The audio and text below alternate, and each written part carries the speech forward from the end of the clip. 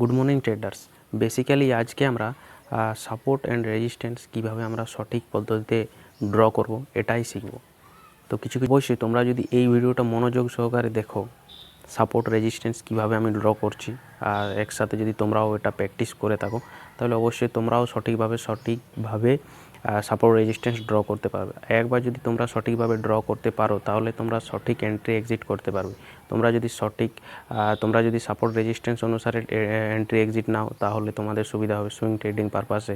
তোমরা যদি chart pattern অনুসারে এন্ট্রি নাও, তাহলেও তোমাদের সঠিক হবে। তোমরা যদি সঠিক পদ্ধতিতে যদি সাপোর্ট রেজিস্ট্যান্স বা ট্রেন্ড লাইন এই সমস্ত যেগুলো সঠিকভাবে না ড্র করতে পারি, তাহলে আমরা ফেক ব্রেকআউটের শিকার হয়ে যেতে পারি।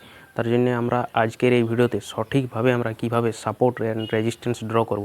আর যদি তোমরা একবার সঠিকভাবে ড্র করতে পারো, তাহলে সেখান থেকে তোমরা অনেক বেশি পরিমাণে প্রফিট ইনকাম করতে পারো, সঠিকভাবে যদি তোমরা ড্র করতে পারো। তো চলো আজকের এই ভিডিওতে আমরা বেসিকভাবে দেখব। পারপাসে একটু ভিডিওটা মনোযোগ সহকারে এন্ড তক দেখো, খুব ভালো লাগবে। আর অনেক ইনফরমেশন তোমাদের দেওয়া হবে, যেগুলো অন্য কোথাও তোমরা এখনও পর্যন্ত পাওনি। তো সঠিক পদ্ধতিতে আমরা চলো দেখে নিই স্ক্রিনে, আর স্ক্রিন দেখবো সঠিকভাবে। আর তোমরা যদি স্ক্রিনে দেখছো, তাহলে তোমাদের বলে রাখি, তোমাদেরও প্র্যাকটিস করতে হবে। প্র্যাকটিস না করলে কোনো কাজ হবে না। তো অবশ্যই তোমরা আমি যেভাবে ড্র করছি সেগুলো তোমরা প্র্যাকটিস করো 2-3 দিন 4 দিন ধরে, রেগুলার সাপোর্ট রেজিস্ট্যান্স ড্র করো যে কোনো স্টক বার করে। তো চলো তোমরা দেখে নাও। অবশ্যই তোমাদের যদি ভিডিওটা একটুকু হেল্পফুল মনে হয়, তাহলে লাইক করে দেবো ভিডিওটাতে এবং চ্যানেলটাতে সাবস্ক্রাইব করে রাখো। নেক্সট ভিডিও খুব ইম্পর্ট্যান্ট টপিক্সের উপর আসতে থাকবে।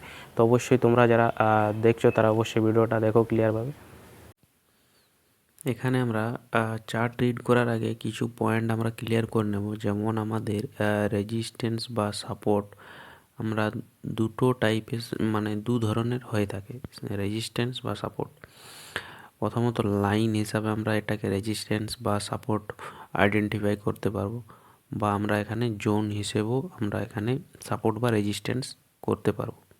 তো এটাও বেসিক্যালি কেউ বলে না, কিন্তু এটা একটা ইম্পর্ট্যান্ট পয়েন্ট, যেখানে এটাতে আপনারা সাপোর্টও ড্র করতে পারবেন এই লাইন হিসেবে, বা জোন হিসেবেও আপনারা সাপোর্ট বা রেজিস্ট্যান্স ড্র করতে পারবেন। তো চলো কিছু টপিক মানে এক্সাম্পল কিছু দেখে নেব। তো এখানে আপনারা দেখতে পাবেন যে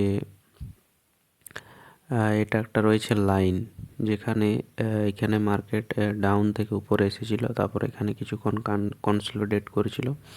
কনসলিডেট করার পর কিছু টাইম এখানে ওয়েট করেছিল, তারপর কারেকশন এলো, আরেকবার এখানে টাচ করলো, আর ওখানে কারেকশন নিয়ে নিচে এসে ব্রেকআউট করলো ক্যান্ডেল।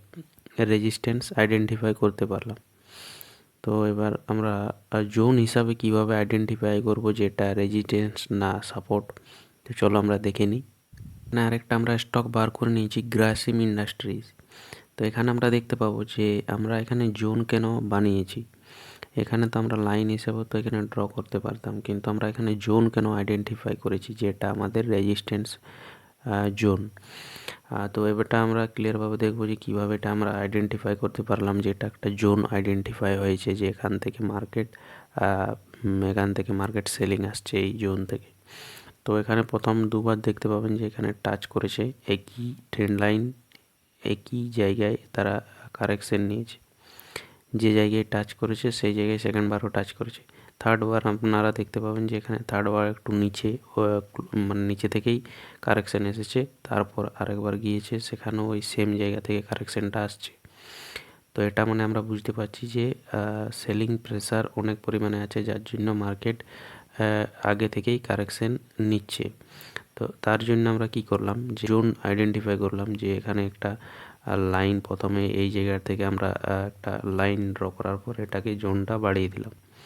তাহলে আমরা এখানে আইডেন্টিফাই হয়ে গেল যে এটা একটা সেলিং জোন, এখান থেকে সেলিং আসছে। কিন্তু এখানে আমাদের দেখতে পাবে যে এখান থেকে আমাদের ব্রেকআউট হলো, এখানে আমাদের টাচ করলো, এটা আমাদের হয়ে গেলো সাপোর্ট, রেজিস্ট্যান্স বিকাম সাপোর্ট হয়ে গেল। তো এখান থেকে আমাদের র্যালি শুরু হয়ে গেল। তো এইভাবে আমরা টু টাইপসের আমরা সাপোর্ট বা রেজিস্ট্যান্স দেখতে পাই।